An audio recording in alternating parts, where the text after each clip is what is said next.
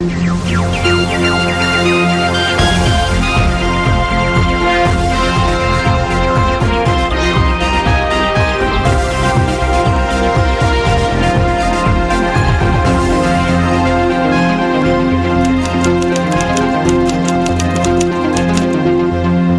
First at 9.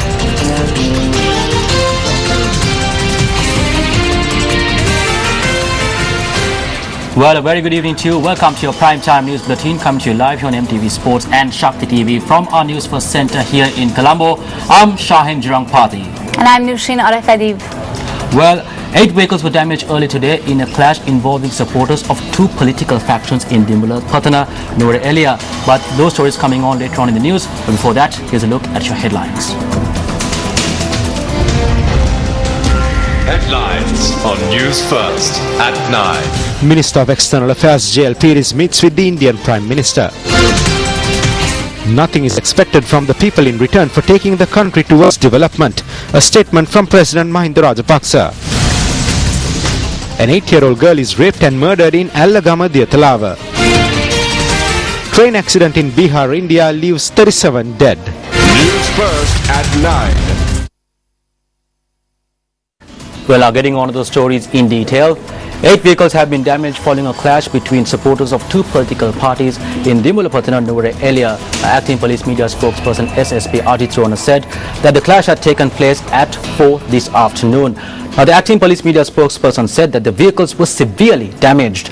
According to our provincial correspondent in the Dimulapatana area, the clash was between supporters of parliamentarian P. Digambaran and Minister Arumugam Thundaman.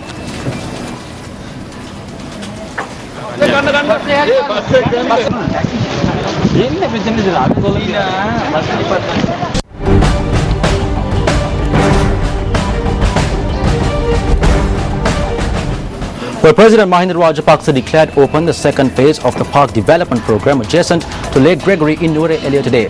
Speaking at the event, President Rajapaksa noted that nothing is expected from the people in return for taking the recently freed country towards development. The Lake Gregory Park Development Project is being spearheaded by the Ministry of Economic Development under a Green Village concept. A sum of 40 million rupees is being spent on this project. Speaking at the event held today to mark the opening of the second phase of the project, President Mahinda Rajapaksa noted that he does not consider differences in party or colour when it comes to fulfilling the needs of the people.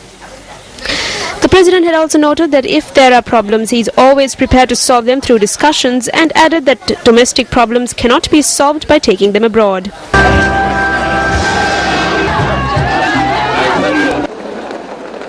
Meanwhile, the President also declared open a multi-purpose building complex for the Noor Municipal Council today.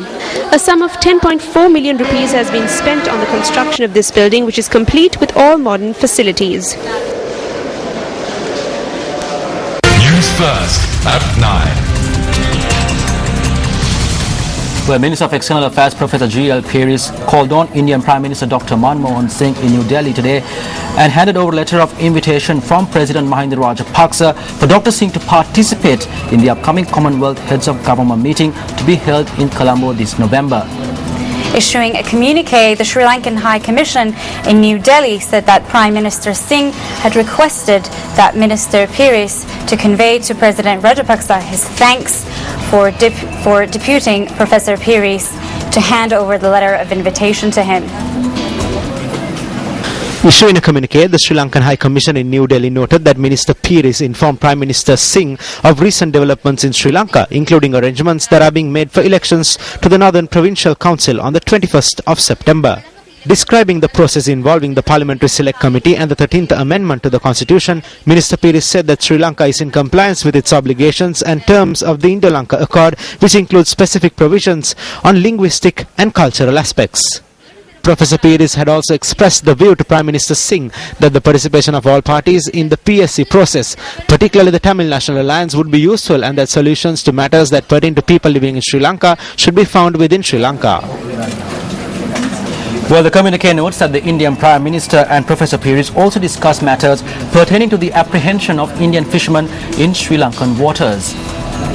Minister Peiris expressed the necessity to find a practical solution to the issue and explained that 400 to 500 Indian fishing boats, consisting of approximately 1,500 Indian fishermen, continue to cross over the Sri Lankan territorial waters during the fishing season on a daily basis.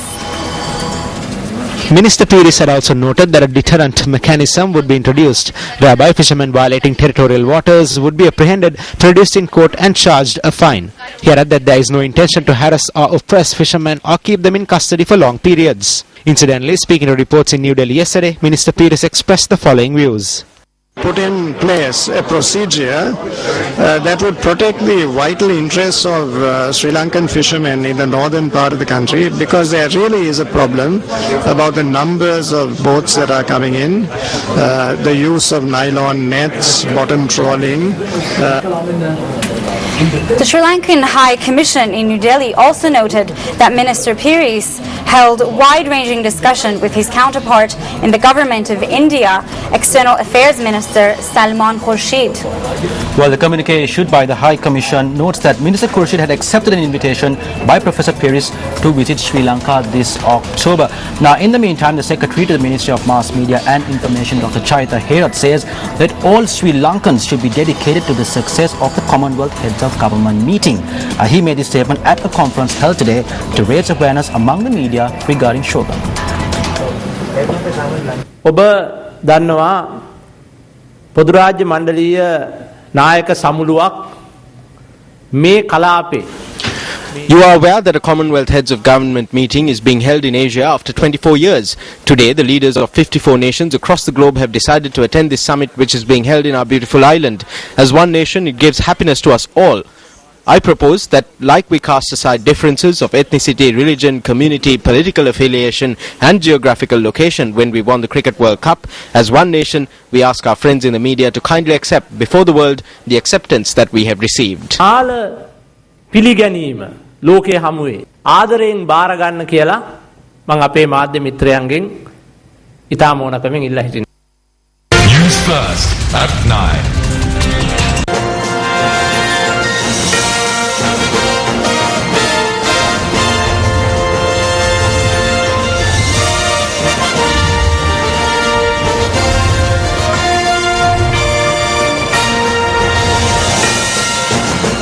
The Northern Provincial Council polls for the Northern, Northwestern and Central provinces are drawing ever closer, and with the approach of elections, representatives of the various political parties have stepped up their campaigning. Let's take a look at some of the views that have been expressed on the political stage. The government knows better than we do that the situation that will arise in the future will not be favourable to them. Thereby, the government has reached the conclusion that if they do not hold provincial council elections at this moment and they hold elections in the proper time frame, then the situation will be even more unfavourable to them. Looking at how the government is steering its election campaign alone is enough to cast your vote against the government. They have lost the match before playing. At the very least, we say that we are winning the match that we are losing. Be it the Janatha Vimukti Peramuna, the United National Party. Today people are abandoning them and are rallying around the president. Today they can feel the development that is taking place in their villages.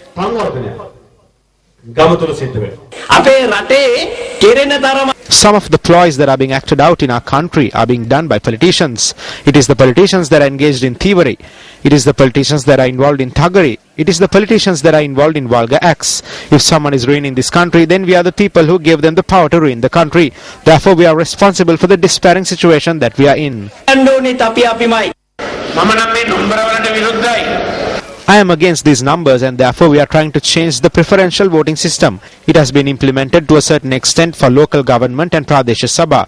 There is no preferential voting. Hereafter local government elections will be held for each electorate. Remember that these may be the final preferential votes that you cast.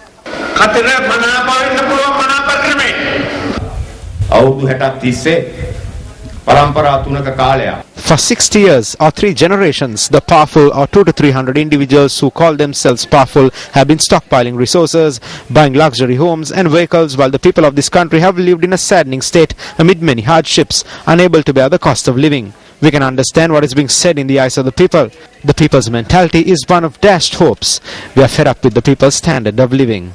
ජනතාව පවතින තත්ත්වය ගැන බලකිරීමෙන් ජීවත් වෙනවා. Meanwhile, the United People's Freedom Alliance has called on UPFA candidates for the upcoming Provincial Council polls not to carry out propaganda activity in a manner that would disrupt students sitting for the advanced level and Year 5 scholarship examinations. Now, the UPFA made this request at a media briefing convened today to raise awareness on the UPFA's election campaign. His Excellency the President has issued strict instructions to candidates, organisers, parliamentarians and ministers in all provinces. He has reiterated to them that they must be dedicated towards the holding of a disciplined and peaceful election. But I must say very clearly that in comparison with past elections and past provincial council elections, thus far not many incidents have been reported. පසුගිය මැතිවරණ ගත් විට ඉතාමත්ම අඩු සිද්ධීන් ගණනක් මේ වන විට වාර්තා වෙනවා. ප්‍රචාරක යාන්ත්‍රණය Do not carry out any kind of propaganda activity near examination centres. During elections for the North Central Provincial Council, this rule was violated at one examination centre. As the UPFA, we face the consequences of violating this rule. We wish to especially make a request of the candidates of our alliance: do not engage in propaganda activity that would in any way inconvenience children sitting for the advanced level of scholarship examinations. As a party, we will take strict action. There is no doubt about that. Like in Anuradhapura, if any politician stages a procession which passes by an examination centre, you can bring him inside that centre and make him kneel. We would approve of that and not object to it.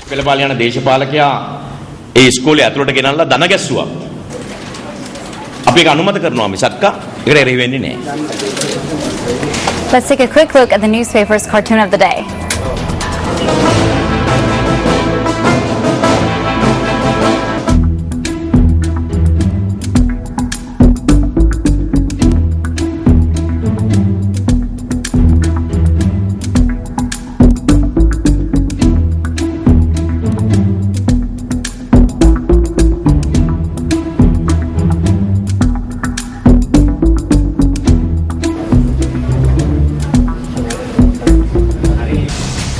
Welcome back to the news. Rallies against steep hikes in prices of onions marked mass protests in many cities in India.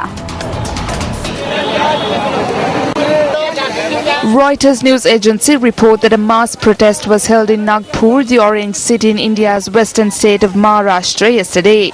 According to demonstrators, the manner in which the prices of onions have skyrocketed across the nation had adversely affected the consumer's kitchen. Meanwhile, the main federal opposition Bharatiya Janata Party set up shops in the national capital to vend onions at discounted rates. Secretary of All India Consumer Council Ashok Trivedi said that the problem was with the government that kept making promises to control the inflation, but it had completely failed to do so. Vegetable sellers said the reason for the spurt in the price of onion was due to shortage of onions at the supply source. However, Peta Wholesale Traders Association is of the view that the onion prices in the Indian market will not have a significant impact on Sri Lanka, which is a leading buyer of Indian onions. Its chairman Nihal Seniviratne said that there is no need to import onions from India as the market is flooded with locally produced onions. Well, a News First crew came across two young girls at the Homagama police today who have been deprived of the parental care. The two sisters are aged 8 and 5. The girls were standing outside the Homagama police station today when the OIC of the Homagama Police Women's and Children's Bureau, Padma Pereira, reported for duty. When inquiries were made, the girls revealed that their father had given them a telephone number and had asked them to remain at the location until he returns from the store. As the father failed to return, the two girls were taken in by the Homagama Police Women's and Children's Bureau. It has been revealed that their mother had left their home several days earlier and that since then the father has been taking them with him to his place of work. The police said they called the number the girls had been given by their father and had thus informed their mother to come to the police station. The police added that both girls will be brought before the Homagama Magistrates Court tomorrow.